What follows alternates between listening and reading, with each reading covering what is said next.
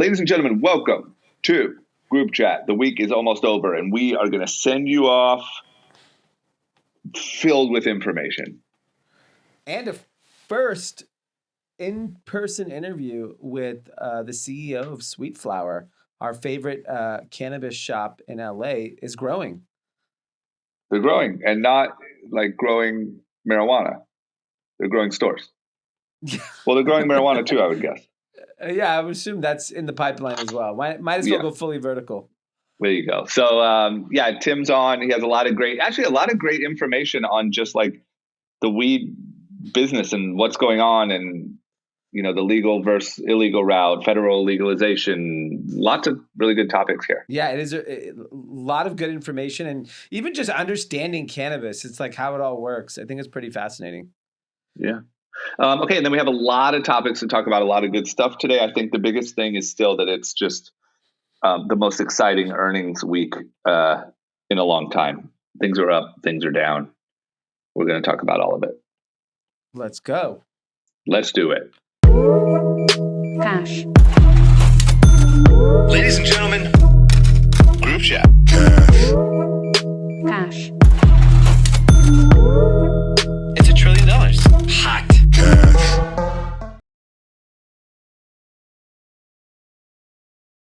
Hey, Dee. Hey. We got a guest? We got a very special guest. We got our guy, Tim Dodd from Sweet Flowers back again. Hey, guys. What's up, Tim? Welcome back. Thank you so much for having me. We lost one Tim and we gained another. Exactly. That's true. We're interchangeable, so yeah. I like it. We swapped out Tims. This one's a lot more capitalist, I think. Yeah, exactly. Yeah? Oh, that's not good. Yeah, the other one was, No, that's good. Our old Tim was very, very socialist. Yeah, he was socialist. Equality and all that shit. But the funny thing is, he left because he had a better business opportunity. So it's funny how that works. Yeah, it really is. Scratch a socialist, you find a capitalist. So. Oh, that's good. That's good. Like, I could have used that. I could have used that line last week. You can have that next time. Well, I mean, it's great to have you back. We're going to talk about a lot of cannabis things. But first, you guys are growing in LA. You got another location coming. Yeah. We actually just launched. It's been I'd say a lifelong project. It's a 3-year project. Wow. In cannabis, that is a lifetime in Culver City. So yeah, it's been great. We won the license in 2018. We were awarded that license. We were the highest scoring applicant, which I kind of like to talk about because that's kind of fun. And we have that store just opened about a week ago. So it's Culver City is really having a moment. It's like become the global media capital, which is cool. And that joins the other the 4 LA stores that we have. So we've now got that's the 5th store by my math, and then we have another one coming after that in Pasadena. So wow, just working through it. Yeah, that's interesting because to me, like Pasadena is the suburbs. Like I grew up in LA, I grew up in the Valley. Mm-hmm. Like Pasadena getting cannabis is like a break. It's like a breaking point where it's like, oh wow, it's like. It's about to be like the Cheesecake Factory. Yeah. You know what I mean? Well, it's so I mean, TGI Friday. Yeah, I mean. So you have to like look at. I think it's a great kind of stepping off point, right? Because California, everyone was like, great, legal January 1, 2018, and then the cities and the counties are allowed to like opt in. Yeah. And most of them have not. So you've got like about a 65% opt-out rate, where most of these little cities and independent counties and towns have said no to weed, which is, I think, super interesting. So Pasadena, Culver City did its own thing. They were like, they were very progressive. They were like, yeah, we think this is a good thing for the business. It's a good thing for the city to do it well. And we're going to have like this, long process of getting people, qualified. And then we're going to look at what they want to do and do it. And then Pasadena was actually a ballot measure. So someone put forward a ballot measure. Wow. And that was done. And then that was adopted. That was voted in by the voters. And then that's become part of the city. And now the city, I think, in both cases, have actually done like a really good job of understanding some of the pitfalls of cannabis operations and what not to do. And they've worked around it. So, yeah, I think it's kind of coming. And that's happening elsewhere as well. But we're as you guys know, we're like super focused in LA and Southern California right now. Yeah, and what is the status of cannabis in California? Like, how much is going out the front and how much is going out the back? It's like food Because poisoning. I'm always shocked how many people still use like a guy. Yeah. Yeah. Well, it's the thing. I mean, it's definitely. I'll tell you what. I live in a building full of guys. If you know what I mean. When I was living in New York in the 90s, we had a guy that had a laptop bag, and he would just come around, and he was the guy for this building. Yeah, exactly. Yeah, so we all had this guy. It's a great question. So out the front, like it's, when I first started this business, we were talking about California being like a $6 billion annual business. I don't have the exact number, but it's not that high right now. Got it. And then, but it's still like you look at these opportunities, like LA County, it's 8th largest state by population, 10 million people. 4 million of them live in the city of LA, and there's about 230 dispensaries. So that's like crazy low, right? Yeah. But then out the back, no one's really counting out the back. Yeah. But people don't really share that data. But, like the guy in Drama's building's like, hey, I did 17 million last year. I had a great month. Yeah, so I'll tell you what, they drive nice cars, so business is good. Yeah, so I kind of think it's you hear like 90%, you hear 3/4. I think it's significant still, and the state is looking at it, but I think a lot of it is local. Like, so majority is still. I think the majority is still illegal, or Wow. unlicensed sales. Yeah. Like, why, when like you can literally legally deliver weed to your doorstep? What is the benefit of doing that? It's gotta is it be price, cheaper? right? It's got to be price. So I'm the guy. I'll out myself a little bit. I spend a lot of time in illegal stores. Like I go to illegal dispensaries pretty much every day, and because that is our competition, and so. The prices that I see are kind of similar to the prices in a dispensary. It's just that you're not paying tax. Got it. Right. So then, and the taxes are 34% when you add it all up. You have the excise tax. There's a basic kind of cultivation tax as well. Then there's the excise tax on top of that. Then there's sales tax, and then there's the cannabis sales tax. So, it's a big advantage at a price comparison to not have to pay those things. So, and how do you also know the cops. Illegal? How do you know it's illegal? The dispensary. Well, yeah. Good question, man. We are just snitching. Yeah. This is the snitch episode, man. We're all snitches get stitches. Right? Yeah. So to be careful. No, but I mean, they're not hiding. I mean, these are dispensaries. There's been some near our stores. They're just open. Oh, they're actually physically open. They're just doing. It's not. So that's actually a good point. Like, it's not a guy. Yeah. Right. It's a store. It's like a legitimate. Well, it's not a legitimate business, but it's like a storefront. And a lot of people do get confused because they're looking for ID, and there's a lot of other things that will happen. But, when you go inside, because, for instance, you can't sell cannabis. The easiest way to check is, frankly, just their operating hours.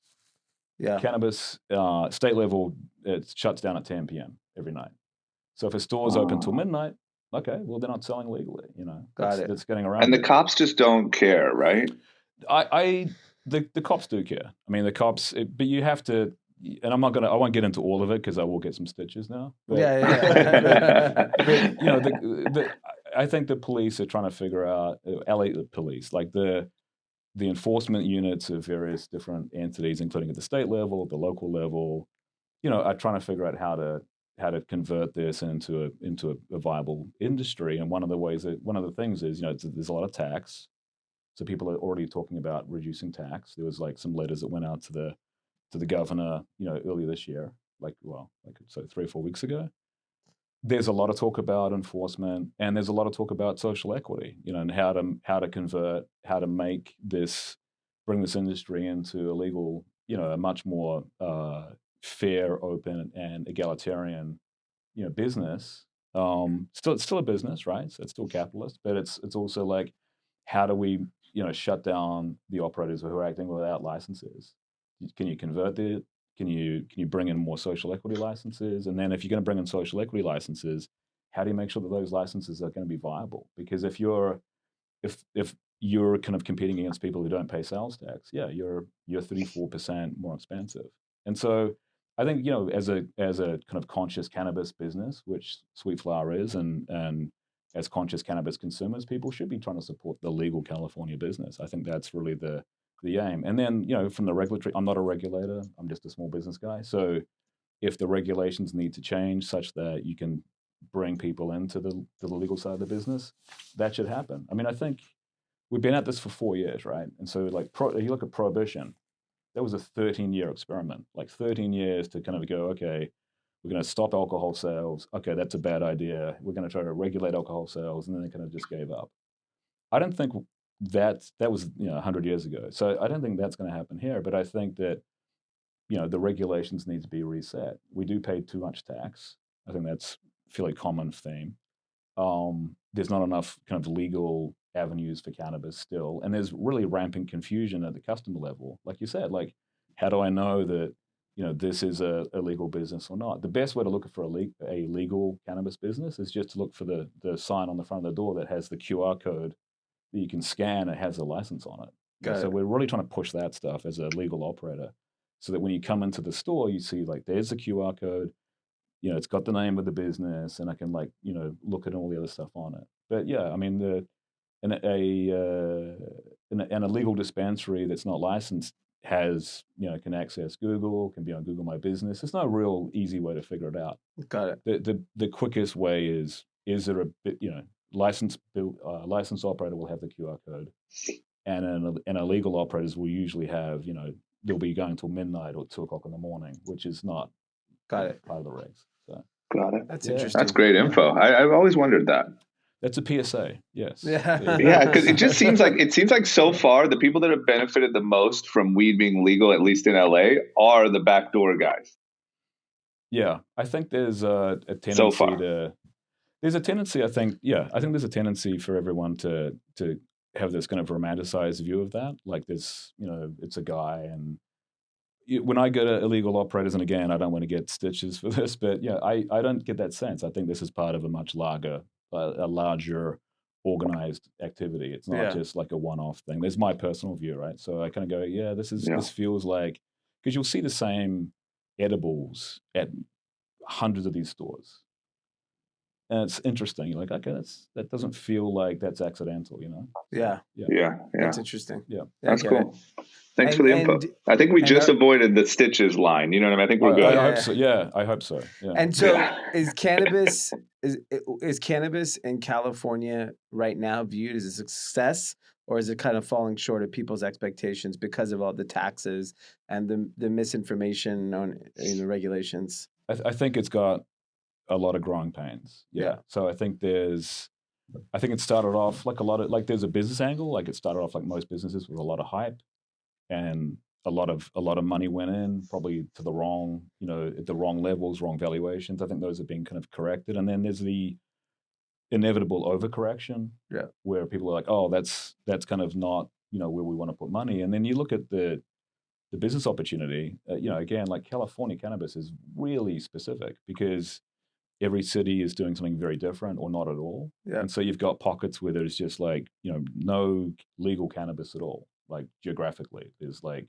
sectors in the Central Valley around Fresno, which just, we just won a license there, and they just went through a licensing program, but nothing is operational yet. So there's gaps in that market. There's gaps. I think there's gaps in the LA market. There's gaps in between LA and San Diego. So it's really specific. And you're talking like 40 million people. A quarter of them live in down here in LA County, super cannabis intending, but because the market is kind of has this friction, which is, taxes, illegal operators, people are kind of saying, wow, we need to kind of see how this pans out. Like Sweet Flower is like one of the largest operators in SoCal as of, when we launched Culver City. Wow. Which is kind of crazy, but that's where I saw the opportunity, which was like, we can quickly operate at premium scale in premium locations and attract that customer. And that seems to be working. And then, that's, I think, a really interesting kind of positioning for us. And then I think a lot of the other operators are saying, okay, we can try and do the same things in like our pocket. So there's like a few like hyper regional, operators in like Grover Beach and, just slightly up north, like Morro Bay and those like Slow County. Okay. There's a few there that aren't playing down here. And, there's groups like that. I think there'll probably be some consolidation this year. Yeah. It can't stay super fragmented forever. Yeah. But as I look at our business, I'm very comfortable and confident that we're on the right path in terms of our focus. And then we are, as I mentioned, we're winning some licenses up north, which is kind of fun. And so we're expanding in that direction. But yeah, there's some infill stuff that should happen as well. And what's your take on the federal legalization? Because everyone said Joe Biden's president. Yeah. Everyone's going to be smoking weed everywhere. Yeah, I remember that. Yeah. I think people might have forgot that he's an older guy. Yeah. And comes from, and he's had some some really direct experience with addiction. Not that cannabis is addictive, but it kind of gets that association. So yeah, I think we might have forgotten the more fundamental. I don't know how the guy thinks, right? Just my personal view. That was possibly a little bit too giddy and optimistic. And so what happened was we didn't get there, And I think a lot of people made bets about on the cultivation side specifically, like we're going to have federal legalization. We can then engage in interstate commerce, and we can flood, all the states with, the best in class cannabis from California. And that hasn't happened. And I think that's led to some hard lessons and overbuilding stuff. Yeah. So it could happen, right? But probably it feels like it could be like a re-election Hail Mary. I think that's the most. Yeah, I think if it's going to happen, that's the most likely conduit for it. Is right. I'm going to give something to the kids, like here's a bone. I didn't really do anything for you, so I'm going to legalize cannabis. It probably works. I don't know, but I mean, and I don't follow. Again, we're a small business operator, and we're SoCal, and we're expanding north, but I don't follow that much. So that would be great, but I think frankly, the Safe Banking Act would be the best thing. So right now, it is difficult for cannabis businesses to get access to capital. It's difficult for cannabis businesses to bank, legally, right? And we do, but it's cumbersome. So safe banking, so we could accept credit cards and debit cards. That would help the revenue side a lot. I mean, we accept debit cards as it is, but the credit card side would be awesome. Yeah. That's so insane that that's still a friction point. It's so, yeah. I agree. I mean, you could buy anything with your credit card. I mean, you can buy guns, liquor, porn, but God forbid you buy cannabis. Yeah, no, don't buy any gummies with, So you can't do that. I mean, there are companies that are working around that, but, safe banking would really drastically, I think, assist that. And then at that point, we get tax relief, I hope. So at that level, federal level tax relief.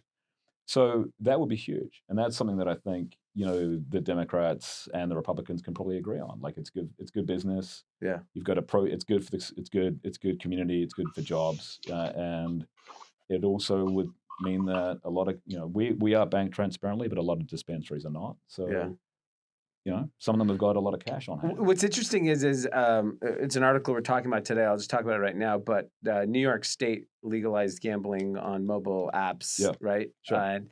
First 3 weeks, they did $1 billion. $1 billion in 3 weeks. There's you can't argue with me. It's a home run. as a former heavy gambler. There is absolutely no upside to gambling. Zero. It provides absolutely no value to society for people to gamble on sports. Yeah. But $1 billion in revenue. Yeah. In what, 3 weeks? Well, that's what I'm saying is but how much would weed do? How does a politician wrap their head around gambling, but not cannabis? Well, I think when you get down to it, a lot of the local politicians, and I think all politics are local, love weed for that reason. Because when you're talking to a city council member, I think what they're going through, my perspective, is there's two things they're worried about. Is this going to be worth doing? So am I going to get enough revenue out of this at a tax level to do it? And two, is this going to be embarrassing?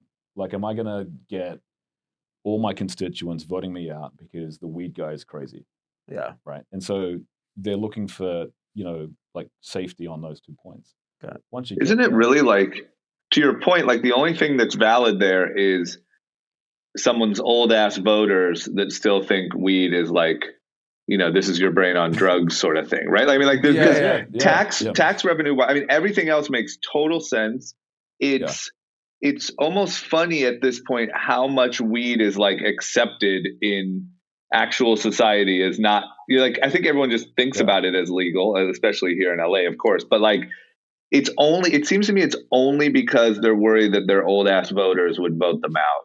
That's a lot because of they're it. scared. Yeah, I mean, you're normally working with the most far over anti-cannabis council member, right? Yeah. Who wants to like, I want to tell you, and I'm like, dude, like, I'm old as hell, and I got 4 kids, and I'm not an idiot, so like, we're cool, right? Like, it's cool.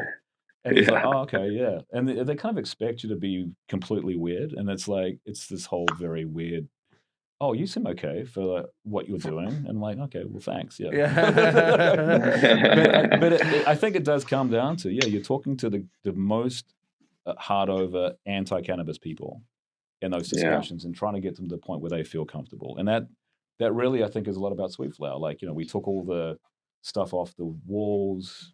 We have, I think, one of our investors joked that we have like more glass per square foot than any dispensary in the planet, and that's deliberate. Like, we want to have people feel good, feel comfortable, feel approachable, come into the store, but also like look in from the outside and see what they're getting into. Because so many places are like, closed off still. And I think that's symbiotic. That's not symbiotic. It's kind of, there's a symbol there of like, this is still like a stigmatized business. Yeah, it feels, I remember when it first started becoming legal, even the medical side of it years ago, it was so intimidating just to walk in. Yeah. That I was like, I went to a store like the first time, like I had this massive bike accident and I had like smashed my body up and I was in like, wheelchair and I had like a broken nose and had like all these crazy, like my head was like held together like a styrofoam thing and it was nuts. And so the doctor was like, oh, here's a jar of opioids. And I was like, this seems like a bad idea. Really bad idea. Yeah. And he was like, well, I can't recommend cannabis. I was like, got it. Yeah. So I went to a store that had just opened in 2018, big chain, and I wheeled myself in the wheelchair, and the guy's like, "Oh, do you know the difference between indica and sativa?" I'm like, "How is that relevant?" Like, and then it's like, "Yes, I do, but like, why?" And then it's this whole kind of convoluted, just like trial and error about like, I've got all these like I broke my pelvis in a bunch of places. It was really sore. Like, what's going to help? He's like, a sativa pre-roll. I'm like, that's another really bad idea. Yeah. Yeah. How about some CBD and some indica and some gummies? And how about deliver to my house because I'm all busted up? That would be cool. Yeah. So, but none of that happened. So I was like, okay, we need to do better. If this is going to be like a $7 billion industry, we just need to do better. Yeah. And that was really behind Sweet Flower.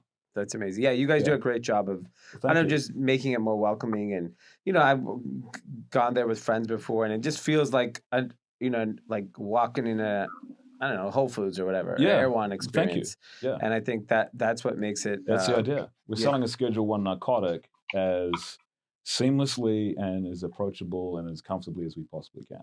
Amazing. Because we still have the, why is this taking so long? We're like, well, we're talking to the government in the inventory room to get you your stuff. So just give us 30 seconds while their computers catch up to ours. But we'll be right there. Like it's not like Walmart. Yeah. But the fact that you can still actually do that with a straight face, I think is pretty cool. Yeah. So we've come a long way. Yeah. Absolutely. Yeah. And of course, like there wouldn't be a group chat interview unless we asked for a discount code. Oh yeah. Yeah. Well, you got a discount for us? It's funny you should mention. Last time I was on, I didn't know we had a discount. So this time I made sure we do. So yeah, we have a group chat 20 discount, all caps, group chat 20, right? And we're going to run that from whenever this episode is until Valentine's Day. Wow. That's amazing. And that'll be in store if you just come in and mention it, or it'll be on the website, and we deliver pretty much anywhere in LA. And what's great is that 20%, helps cover that ridiculous California tax.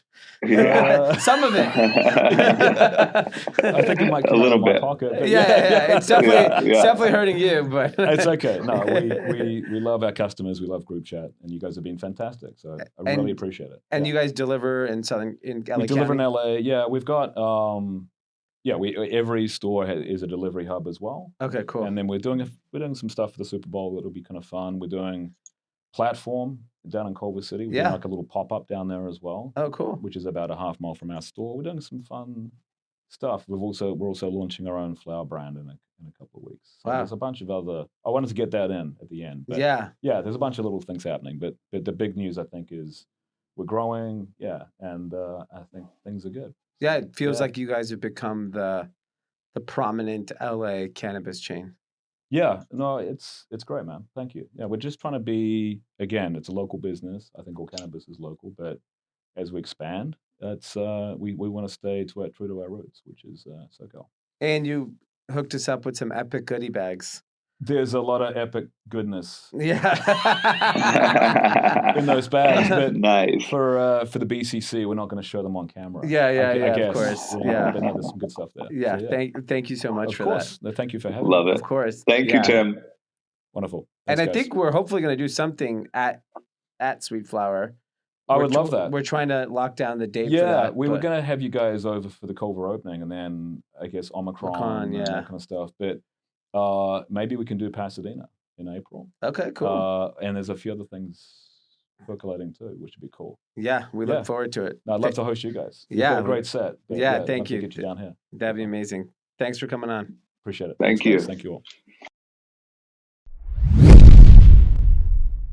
All right, good stuff. I love number one. He's just a great guest because he really obviously understands what's going on and like articulates it so well. But their stores are just so well done.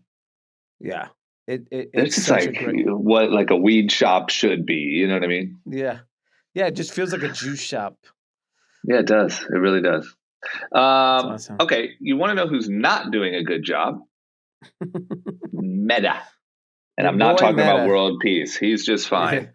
He's doing great. Facebook, or Meta stock is just getting creamed. I mean, they got creamed yesterday. They were down, like 25% in before the market even opened today, or after hours. I mean, they're just getting absolute. Like this is like gnarly. This isn't like Facebook got creamed. It's like they're getting smashed. I mean, they lost like over $200 billion of market cap. I think $225 billion. I mean, they basically wiped out can you imagine what 200, that's like NFL and NBA. They just wiped it out. Wiped it out. Gone. Wiped it out. In a Probably day and a all half. Of sports combined. Literally. One phone call and a few hours. There goes the NFL. And what's fascinating about it is I was expecting and I had talked about it, we were just making these wild guesses that they would have something figured out on the Oculus side, and maybe that's what created some momentum for the business. But instead, they came out and basically said, "No, nothing's." Unless you're selling 200 billion in fucking headsets, yeah, you got a problem. Yeah, and basically what they're really doing is kind of indicating that the ad market is clearly slowing down for them, and they said that revenue is going to be down. Not even slow growth; it's going to be down. Isn't it wild that one move from another? I mean, one of our biggest businesses in the country, in the world really, was only one decision from another company away from just getting creamed.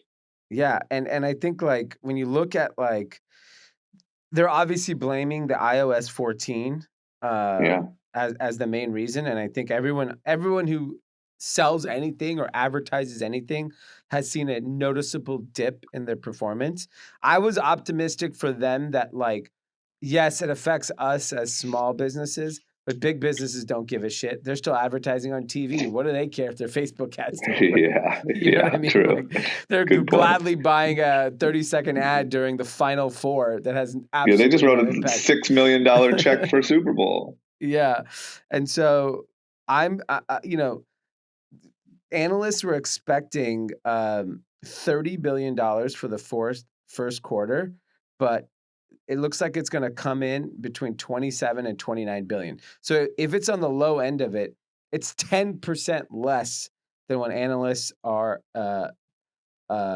expecting. The Facebook earnings call, Mark Zuckerberg said that the iPhone privacy changes will impact its ad business by $10 billion of revenue this year. That's insane. I hope Mark Zuckerberg has a Samsung. just to spite them, just to not support. Yeah. I hope he's not on an Apple TV. He's on a Roku. Like, imagine this guy. It's a terrible experience. He's got a cave. He's got to use Apple. It's too bad of an experience. I mean, imagine. How much of his wealth did he get wiped out today? What is he? $20 billion? I don't know, something absurd. I would never, ever have an iPhone if I was Mark Zuckerberg. He has an iPhone. He does. Does he? Is there photos of him with an iPhone? Even after his today, screenshots on Facebook, all his iPhone. He better. After today, he better have a green bubble. After he lost $230 billion of market cap. Yeah. Well, the problem is then you just look broke. So now you just lost 20 billion and you have a green bubble. It's like, oh shit, Mark's really struggling. And then they broke out their reality labs, which is basically the business of the future. Yeah. That's the metaverse. Well, the past is catching up, Mark. Yeah. So that area did $877 million in revenue, which is okay. That's significant. Cool. Lost $3.3 billion. Wow. What are you doing? This is what I don't get is like. No, he knows Facebook ads are fucking done. I know, but like I'm totally prepared for this not to age well, but it just seems to me like you went all in on this meta thing and like here we are and here's like little virtual Mark Zuckerberg and here's blah blah blah and it's like meanwhile your actual business is fucking creamed and this new dream is like very far from having a future that's visible, that's profitable. Yeah, so I think since he's like probably going to be the CEO of the company for another 40 years, he's like looking at it from the lens of like long term. I have to take this pain in the stock price and in profits to bet on the future because he knows between iOS 14 and TikTok, they're eating his lunch. Like that iOS 14 thing, you can't fix that problem. Targeting is never going to get better. If privacy continues to be more important for like particularly Americans, we already know it's stricter in other countries, but in America, if it's stricter and stricter, then you can't target people effectively. If you can't do that, then we're not going to spend as much money. So he sees that as a problem. And I spoke to a bunch of D2C brands in January. It was terrible. It's not like. It was a rough January for a lot of people. And so obviously January is a slow month as it is. So I think the spring will be the real true test.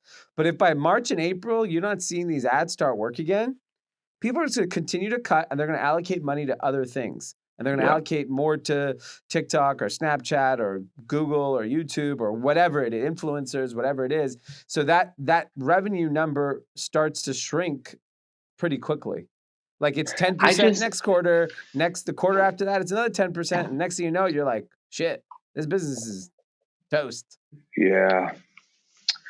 It feels the double whammy of TikTok and ads. I guess my complaint is like, it feels to me like the meta play, like I think you're right. The meta play was probably like, oh, don't worry about it. Like we're so focused on the future that this is no big deal.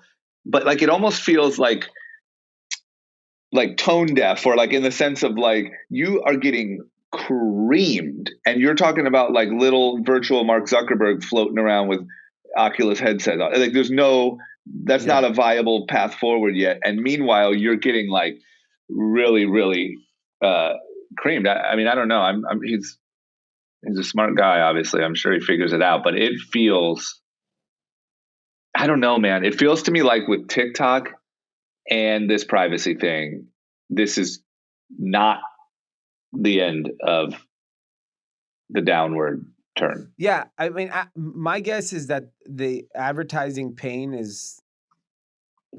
we'll see it unfold over the next couple of years.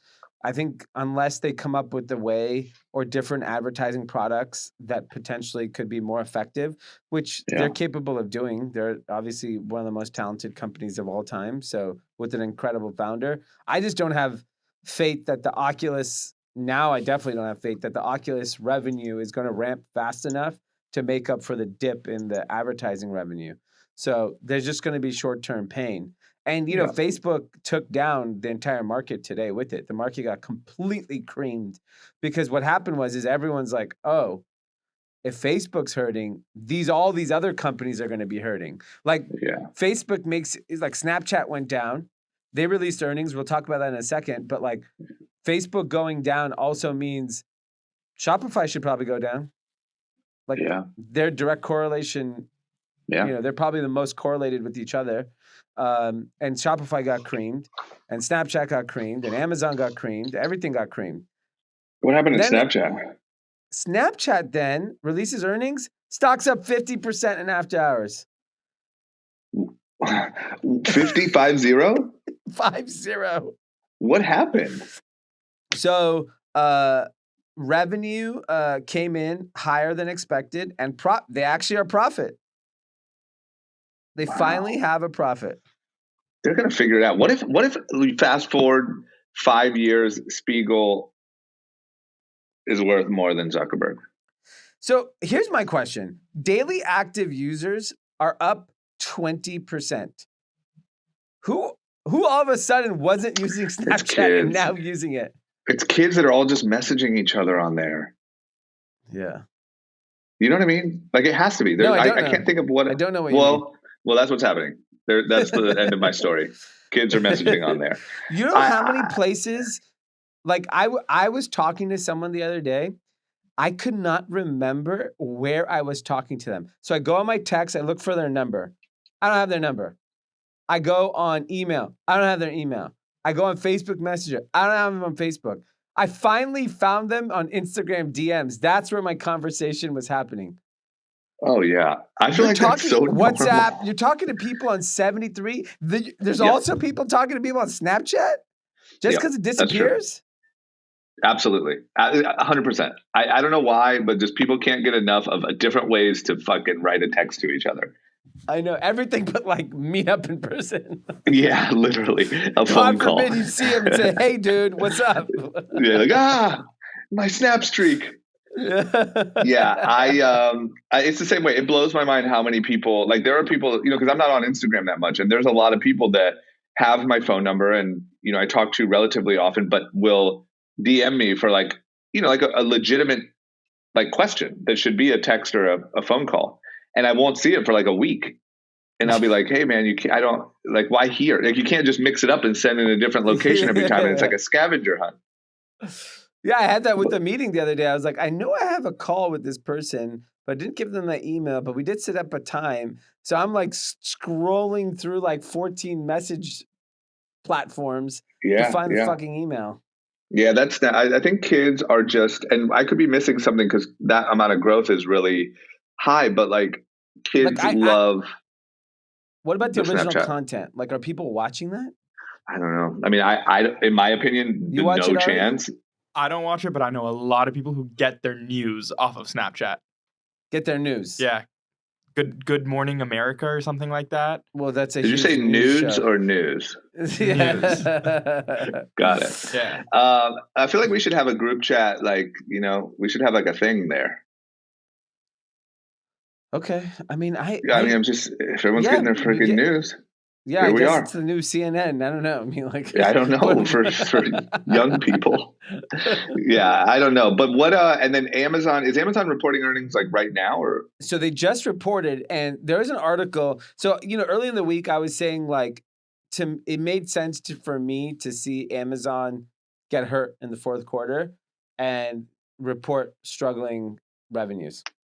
Yeah. Absolutely incorrect. And what got me nervous is I read this article this morning. Options traders bet Amazon will be the next titan to tumble on earnings. Yeah, that scared me. I just saw that. I was like, whenever it's, you know, it's like the saying is whenever everyone's zigging, you zag. And Amazon came out and absolutely annihilated earnings. The stock is up $500 in after hours. Whoa. And the numbers are bananas. Their advertising business grew 32%. It's $31 billion of Amazon advertising. $31 billion. It's just fucking nuts. And it just shows that, like, I think the key to big tech, specifically like Amazon, Apple, and Microsoft, is the diversity in their revenue. Facebook doesn't have that yet. Yeah. Facebook is so reliant on advertising, and I think that's really the kind of big difference in their business, because Amazon's their advertising business is on fire. AWS on fire, but their core business is actually just selling junk to people. Is absolutely on fire. And they're raising prices. So Amazon Prime is now $139 from $119. That's a big fucking jump. Yeah, it is. But think about how much revenue they just turned on with a flip of a switch. Yeah, and I mean, look, the profits, $14 billion in the quarter. Yeah, they're just different. $7 billion last year. They're making so much money. But check this out. To me, they're like Amazon and Apple are so much fundamentally like different than Facebook. Facebook is so one-dimensional still. Yeah, but here's the one metric I was right on. So I'm gonna correct myself. Okay. Online store sales were $66.1 billion, down 1% from a year ago. So e-commerce is soft. I mean, they're still down. Yeah. It's only 1%, and it's you got it on a technicality, but it's down. Like, technically. Yeah, that's true. I mean, because if you count that it shouldn't be flat, it should be up. I mean, but that has to be just pandemic stuff, right? Wouldn't you think? Like this time last year, everyone was still pretty locked indoors. Yeah, and I think the estimates are even down $2.5 billion from Wall Street estimates. And so I do believe, I think the stock is reflecting like, oh shit, you know what? We beat this company up a little too much. They still have these other businesses, but the core business of just of selling products, it's down. Yeah. Look, the increase in Amazon Prime price, I don't think there's any churn. So that's like goes to the bottom line immediately. Yeah. But I don't know. Even the Amazon Web Services, $17.8 billion in the quarter, up 40%. Wow. What's the margin on that? It's air. All? Yeah, all? It's air. What is this computer? It's I mean, right? Computer. Power and computing power. I mean, is it sort of like all you're doing is like adding more like fucking servers or whatever? Yeah, I don't know. I mean, yeah, exactly. What is it? Oh my gosh. Okay, it's just like Indian so that's just a people cash and computers. Machine. Indian people, computers. That's AWS. Got it. Okay. I was gonna make a joke, but I didn't want to lose my Hindu card. Yeah. Well, either way, that's definitely a scalable business. There's plenty of Indian people and plenty of computers. Yeah. If that's all it takes. I mean, think about it. If you talk about there's two very scalable things. Unlimited amount of Indian people on Earth and unlimited amount of computers. Is there more Indian people than any other type of people? How many? Who has the most? It's obviously in India. I think there's more people in China than there are actually in India. But Indians are similar to Chinese people, but I feel like Indians have a bigger presence all over the world. If I were to guess, there's more Indian people than Chinese people. If you actually did like a hard count. Which is great for AWS. 1, 2, 3. 1 Indian, 2 Indian, 3, 4 Indian, 5 Indian, 6. Oh, that's great. Wait, okay, well, you're Native American. You don't count. China with a little more than 1.4, yeah, and India with a little less than 1.4 billion. And that's just in their respective countries. Yeah. But Indians are just everywhere. Like you go to like any corner pocket, your local doctor is Indian. True. You go to like Odessa, Texas. I mean, how many does Amazon have stuffed in a server room somewhere? Amazon got 2 billion Indians. They have Oh my God. Well, I mean, I would say this is a really exciting earnings season.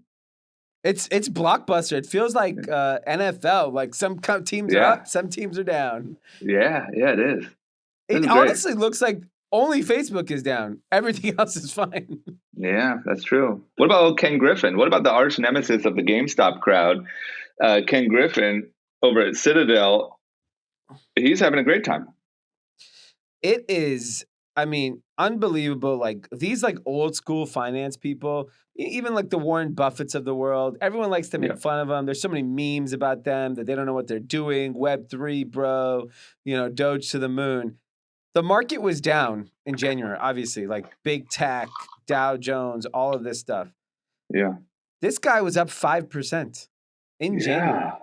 It doesn't say why, right? It doesn't say like what any of his plays were. Here's the thing is it's a hedge fund, right? So they're always hedging. And so the volatility plays in their favor. And that's what Anand was saying last week was like hedge funds always clean up in this type of market because the volatility that allows them to hedge and but they naturally don't boom as quick on a steady climb. Yeah, exactly. Because it's just going up, then that's not where they win.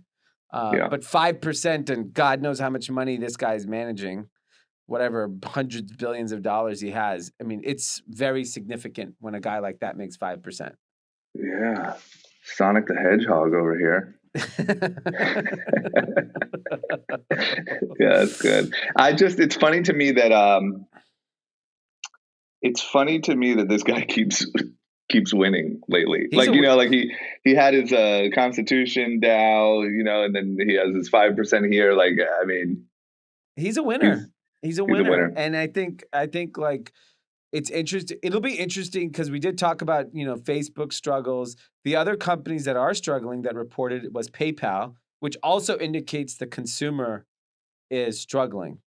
So here's what I think. I think businesses like Amazon's advertising and Amazon's AWS business, those will lag.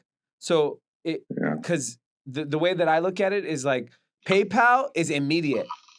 People aren't opening as many accounts. People aren't spending as much. And that data is showing in their earnings. Facebook, it's so easy to turn on and off ads, immediate impact. I think companies like Amazon will get hurt in like 6 months.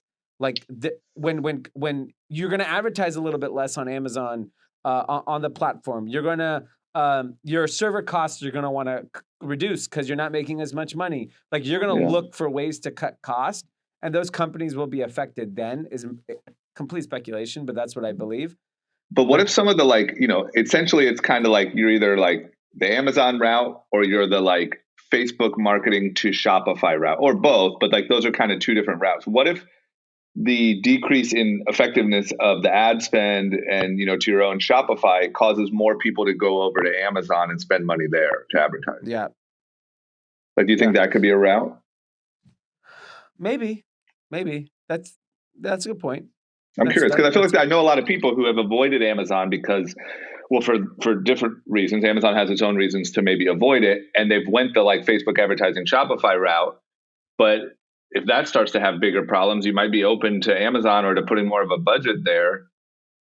Yeah, when you weren't before. They already have the customer at least, right? But and like Apple can't do anything to them. Yeah.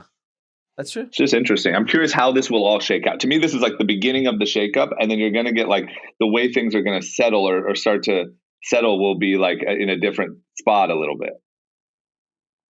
Yeah. But I agree. I do think, Facebook advertising, you have to think is like kind of the tip of the spear, right? Yeah. Facebook is like immediate impact. And then I think Shopify, PayPal are the next immediate impacts. But I also think the consumer is just spending less money. That is that's the thing. It's not just they want to blame iOS 14. Okay, that's a part of it. The other part is like we just aren't spending like we did a year ago, and it shows. Amazon's e-commerce business went down 1%.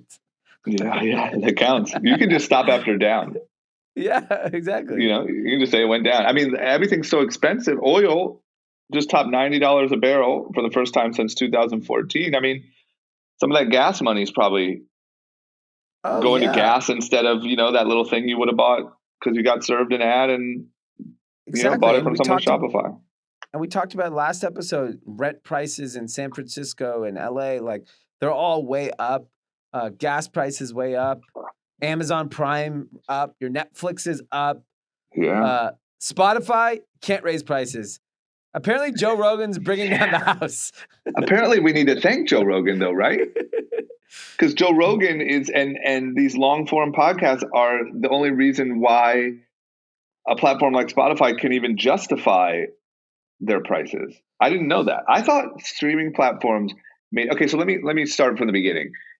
Joe Rogan, obviously there's all the controversy, but we're not even really talking about that. We're saying that there's this really good article about how platforms like Spotify are betting on exclusive podcasts like Joe Rogan because they don't make any money on streaming music. And I didn't know that. I thought they were just cleaning house. No, so the Spotify's entire gross margin is like 25%. And all of that is going to royalties to pay the labels. The biggest challenge a Spotify has is that it is basically offering the exact same content as Apple, Amazon Music, Tidal, and I don't know who else has a streaming service. Yeah, I don't know. If I think like YouTube Music even has stuff. Yeah, everyone. Exactly. And Rhapsody. If they were to raise prices and their only offering is music, then people will just go to Apple, right? Yeah. Because there's no reason to be a Spotify member over Apple Music if it's $5 more or whatever it is, right? Yeah. Spotify's betting that exclusive content will actually be the reason why they probably eventually can raise prices or steal subscribers away from other platforms. The outrage is now, which is what's happening today, is artists are coming out and complaining Spotify has money for podcasters, but they don't have money for artists. That's the entire streaming industry. And by the way, you have the opportunity. If you want to go exclusive to Spotify, I'm sure they'll cut you a check. Go exclusive. No one wants to do that, though. That's also tricky because I read this. Joe Rogan had balls. I read this and thought, how come podcasters don't get royalties? Like us? Like not an exclusive one? Yeah, like why don't you get royalties? Like, like if I'm an artist and I'm on every platform, I get royalties from every platform. If I'm a podcaster and you're listening to us on Spotify, why don't we get royalties from Spotify, Apple Music, everywhere where people are paying? Oh, I like that twist. We need to form a union. So I understand the artists are pissed, but actually I'm pissed. You know what? Fuck the artists. They're stealing money out of our pockets. By the way, do you know how many more minutes people listen to a podcast than fucking the ABC? Yeah, that's why they're like, see you later, Neil Young. Keep on rocking in the fucking short-ass listen world. Yeah. Think about it. When someone listens to a song, like a streamed song has 1 billion streams, Joe Rogan is 5 hours a day. He has millions of listeners. There's probably no artist that competes with the number of minutes streamed on Earth. I mean, his episodes, the number that's floating around is that his episodes on Spotify get 11 million downloads. Okay, and that's so what 33 3 million, hours on average. 33 million hours. There's no artist. I don't know what a Drake or a I don't know, Selena Gomez or Bieber. I mean, like, there's no way they're competing with that. No, that's why they're like, see you later. And Joni Mitchell, you can fuck off too. Yeah. I mean, who cares? What they're Bieber, combined? How many hours? Too. How many hours did Joni Mitchell and Neil Young get last year? Fucking, I don't even 5,000. Come on. Yeah, and I think it's going to be a big dilemma. The problem is there's only one Joe Rogan, and there's probably I would love to understand the number of minutes consumed on podcast in America versus the number of minutes consumed on music on streaming services. Yeah. I'm sure music is still substantially higher overall. For sure. But the single entity of Joe Rogan definitely is substantially larger than any artist. Yeah. Yeah, but I am curious why don't we Everyone get just royalties? wants money. No one actually cares about anyone else. Artists want money for themselves. Joe Rogan wants his money. Spotify's like, we got to make some money at some point. Yeah, Spotify. Spotify's gross revenue is 25%? Yeah. Wow. And they're losing money, huh? Yeah, and that's the problem is like Spotify is actually in a really, really tough place because their two biggest competitors, Apple and Amazon, basically don't have to make money on music forever. Yes, yeah. Spotify's like Apple, the Facebook of streaming. Yeah, One exactly. They're in a really tough spot. Like Spotify basically needs to team up with a bigger player. Yeah, that's tough. It's such a great product. It's by far the best product, in my opinion, of all the audio streaming services. Like I can't go on any other platform. I consume all my audio on Spotify. I put a lot of time in playlists and just all the different moods they've done. But it can't make money in this model. Artists want more money. They got to pay more money for Joe Rogan. Like it's not gonna happen. Because also, I mean, just for a slight sidebar, I know it was only for a certain amount of years, but $100 million for Joe Rogan is a steal, especially right now. I mean, I know right now it's an absolute headache for them, but the number of people talking about the words Joe Rogan and Spotify is like insanity. And once again, I know right now it's not like all press is good press. I'm sure it's a nightmare there, but long term, I do not think that there is any way that this whole scandal hurts Spotify's subscriber numbers. Yeah. But either way, the 100 million, I mean, you got to give Joe, what's Joe Rogan's next deal going to be if they don't kick him off? His next deal is going to be 500 million. Yeah. I mean, it has to be, right? And then what's fucking, Moneybag Yo going to say about that? He's going to be like, where's my 500 million? This isn't fair. Off the platform. Off the platform. I'm out of here. Moneybag Yo was always a big vaccine misinformation guy. Yeah, but anyway, that article was really enlightening to the business model over there and why they're in such it's a pickle. They're in a pickle. Big pickle. Big giant pickle. I wonder what they're actually, I mean, the CEO is like still holding strong, but like that has to be insane. I mean, the White House the other day made a comment about it and essentially said like Spotify, yeah, great step, but they can do more. Yeah, why is the White House commenting about that? I don't know. I'm going to go ahead and jump to the end. That was my loser of the week because it's just like that's what you're commenting on, Joe Rogan. Yeah. But anyway, so I mean, but I just can't imagine like walking. I can't imagine like you have earnings coming up. You're the White House. It's earnings time. The White House is commenting on your platform. All these people are leaving. You're like the number one trending topic. That's a stressful week. Yeah. Okay. Last but not, no, we have two more things. The one thing is another really enlightening story that I knew nothing about is, so we have a problem where airlines are flying like tens of thousands of empty flights. So flights are scheduled. They're taking off. Let's just say for sake of conversation, they're taking off from LA. They're flying to New York. And it's a completely empty plane. There are tens of thousands of those happening. Now, I didn't know that. And the simple answer for, a dummy like me is, all right, we'll just do less flights.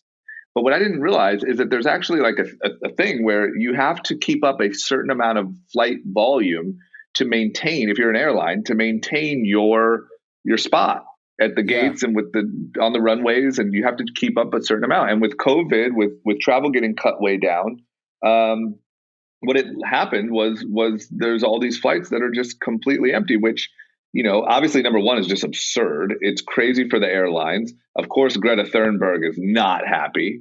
Is in disbelief. She is very upset. And the odd thing here is that for the first time, like the airlines are agreeing with Greta Thunberg. So this is another pickle we got here. This is staggering. Lufthansa airline out of Germany in the winter, 21,000 flights completely empty. That is insane. Do you know how much fucking... I mean, They should just take a torch and just burn the ozone themselves. Why do you have to fight? Oh my God. It's so nuts. Like, we're talking about fucking, like, what crazy technological advances can we make to stop climate change? And these motherfuckers are flying 20,000 empty flights. What? It's so stupid. Like, I mean, this is ridiculous. And I know It's it's just about ridiculous. money. It's completely ridiculous. It's so stupid. Like, I don't know. I don't know what the solution is. I mean, airports just basically have to allow people to. But the solution is just throttle your stupid rule. Yeah, exactly. Like, hey, it's now, air travel is at X capacity. It's, the same rules, but X discounted. If you needed 10 flights an hour, you now need 5, whatever. Like, it's so stupid. Yeah, it's so stupid. Who? Let me ask. Who benefits? The airports? Who benefits from keeping? That's it.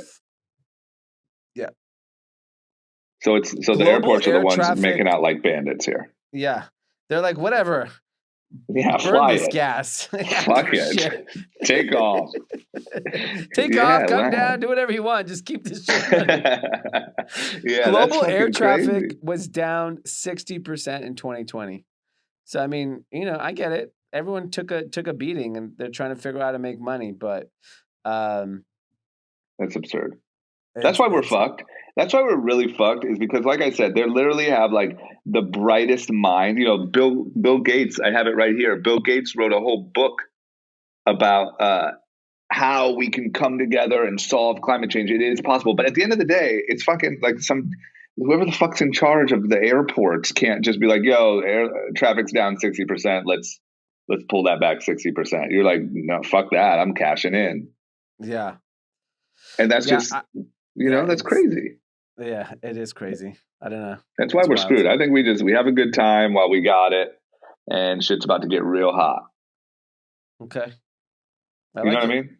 Yeah. What are we going to do? Or we get to Mars with Elon. Those are our options. Those are our 2 options, yeah. Yeah. Okay. And then last but not least, we talked a little bit in the past about like, we've talked a lot about like universal basic income and different techniques with how money could be distributed to make things a little bit fairer. We've also talked a lot of like, there's these little cities. There's one in California doing like kind of pilot or test programs with UBI to see, if it could work out and be beneficial. Obviously, the whole country just did a test project on it for the last 2 years. But Florida, one area of Florida has a new test that they're doing where they're guaranteeing income for formerly incarcerated people. So, as you would kind of expect, one of the hardest groups, to kind of rebound financially and make some headway are formerly incarcerated people.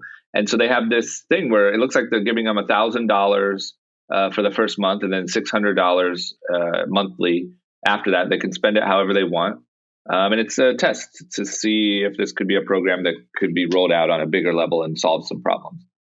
I like it that it's a little bit more deliberate and focused on a certain group of people, because we do know that it's very difficult for formerly incarcerated people to get jobs.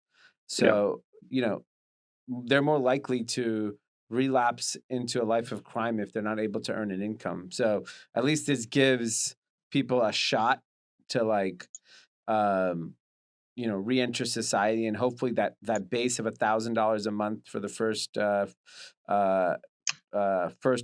of kind of the first year, and then eventually to $600 a month is enough to get them back on their feet, and hopefully, figure out what the rest of their life looks like. Because the problem with the UBI is like, if you do actually just give it to everyone that's low income, we were unclear what that actually does. I mean, we know most of it last year went to Shopify stores, Amazon, and Louis Vuitton, but we don't know where it's going to go in a longer term. Like, it's like at some point, like you have to figure out a solution to get people back to work. And in this case, this group is actually hard to get back to work because there's not a lot of employers that are willing to take a risk on them. So I kind of like this. I don't like it for all of society. I like it when it's very specific to a certain group of people. Yeah, what I love is like the pilot program. The same way you test anything else, just test it in a small area, see what the data says, and then roll it out. I mean, the last 2 years were literally the opposite of a focus test. It was like people who didn't need it got it, people who scammed it, people bought Lamborghinis with it. Like it was madness. But something has to change. Like there has to be some progress made. So yeah, I mean, doing a little test, seeing what happens, and rolling it out on a bigger scale. It's good. Yeah, if nothing else, it's great for crypto. Yeah. You know what I mean? Because it just seems like if people have excess money, that's going to YOLO coins. And there's clearly stats, specifically in Florida, they're sharing of it costs taxpayers an average of over $35,000 to incarcerate someone in a federal facility. Florida state prisons is $28,000. So it is a lot cheaper to just give the money directly to them and hope they get their life back together and that they don't get incarcerated again. Yeah, I also don't understand that. Like, $38,000. I know it's not like a lot of money, but there's people that live, okay lives in smaller areas. With, 38,000. Yeah, why are you spending so much money? Yeah, like it's how many people to a room on bunk beds, wearing the same clothes every day, eating sloppy food. Where's all the money going? Yeah, exactly. They're just scamming taxpayers.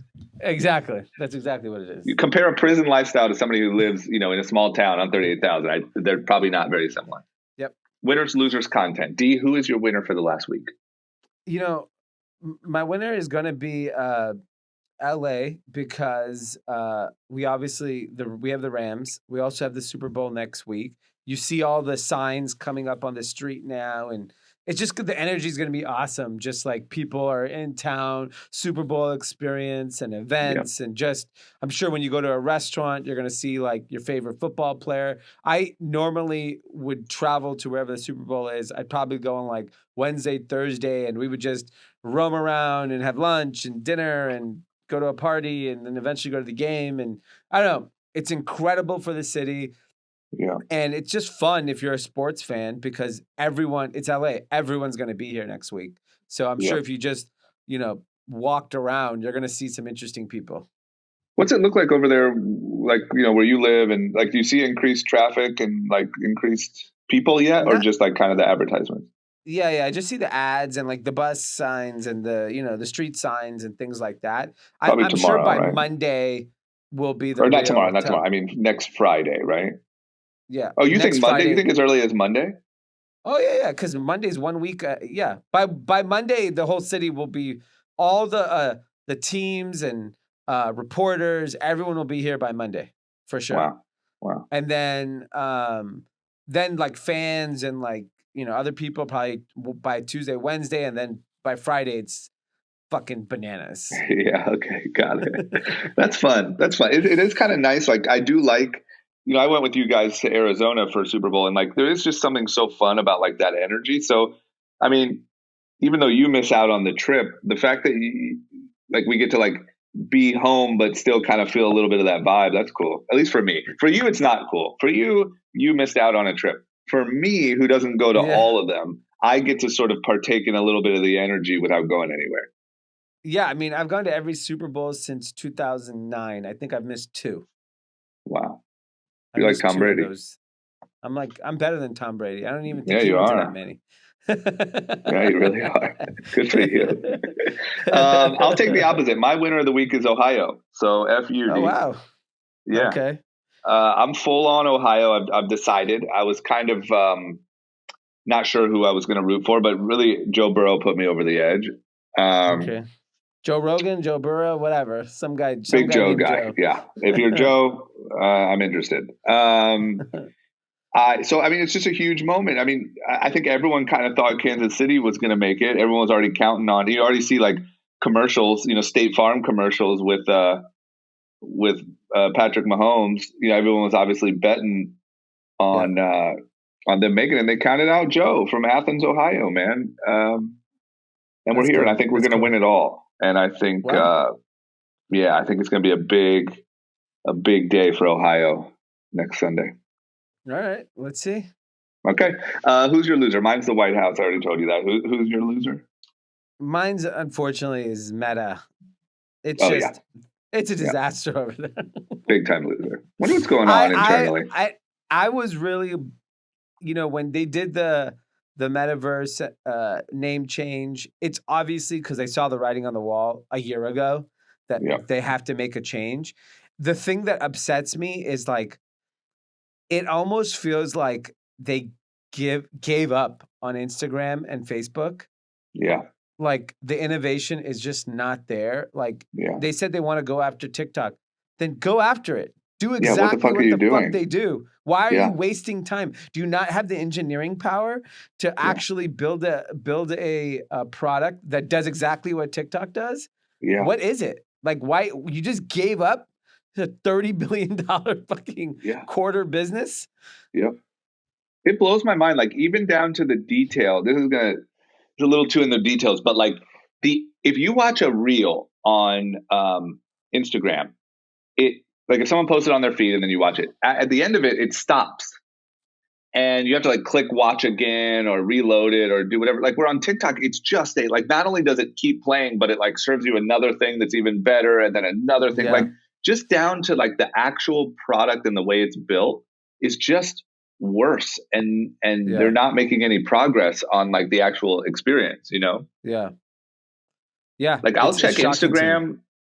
I check Instagram now and I go through, I look at my feed and then I'm done. I'll check TikTok and it'll fucking be 2 hours later. And I'm like, what just happened?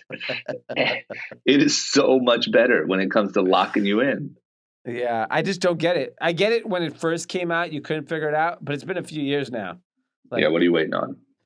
Yeah. They just, also it's not like TikTok is like, it's not like TikTok is like racing ahead. Like TikTok is essentially the same it's been for the last 2 years. Like how come you can't catch up? Yeah. Because they're fucking walking around in little digital versions of themselves. Hey, I'm Mark. Welcome to the metaverse. I just don't get it. Okay, mine. So my loser's White House. What about your content? What are you watching this weekend? My content of the week is it's been football the last couple of weeks and watching TV. The weather in LA is phenomenal. My content is get your ass outside, put your phone down, get some minutes lower, go for a run. Join me at the Grand Running Club on Saturday morning, 9 a.m., Santa Monica and Doheny. This weather, it's crazy. Everyone's already like, oh yeah, spring's here. It was just January 2 days ago. Also, it's a fucking torrential blizzard in New York. Yeah. It's like spring's here and they're literally like digging out to get to their cars and it's like 80 degrees here. So crazy. I'm saying everyone get out. I mean, this weekend's weather, dude, this weekend it's in the 70s. Next week it's in the 80s. Yeah. That's 80s. Incredible. I love LA. I love LA.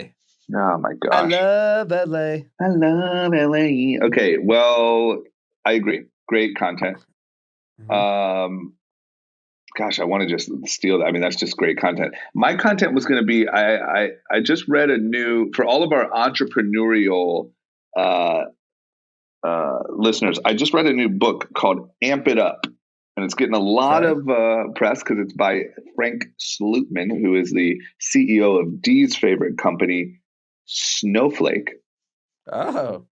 And it's really good for like, especially for like new, founders and people trying to start businesses. It's just very, like, I don't know the word, like kind of blunt to the point advice. Like it's not all the sugar coating. It's very, very kind of in your face, like, hey, this is a competition. You got to win. People are trying to take you out. If you don't do this, then do that. Like it's just very, very to the point. Yeah. So I think it's a great book for all of our entrepreneurial listeners and everybody check it out. But that just feels whack now that the weather's so nice. And you know what? Fuck that. Get outside. And then once it gets cold again, then go read that book. Yeah. That's my advice. Or if you're on the East Coast, Amazon that thing because you're going to be stuck inside for a while. I like it. Okay, that's my recommendation. Is that it? Do we have any shout outs? Any shout outs? Nope. All right, guys, get out Shout out to Ari. We got a new engineer. What's up? Where you from, Ari? Right here, LA, born and raised. There he is. Exactly? That's a guy who likes West warm LA. weather. I wanted to be born at Cedars, but no, born in Glendale. Okay. So unfortunate. Are you Armenian? I'm Persian. Okay. You got another Persian Jew in here. Okay, nice. We're infiltrating. PJs are everywhere. Well, welcome to the team, man. How do you feel about capitalism? You know, I'm with it. I don't think I'm as far as my predecessor. I mean, if you're but I'm a lib. If you're a PJ, they love capitalism. They love it. I don't think I'm that far. I don't think I lean that way. Okay, good. Okay, well, welcome to the team. Thank you. All right, everybody, have a good weekend. Get outside if you're in able to. LA. Yeah. Sorry for everyone else.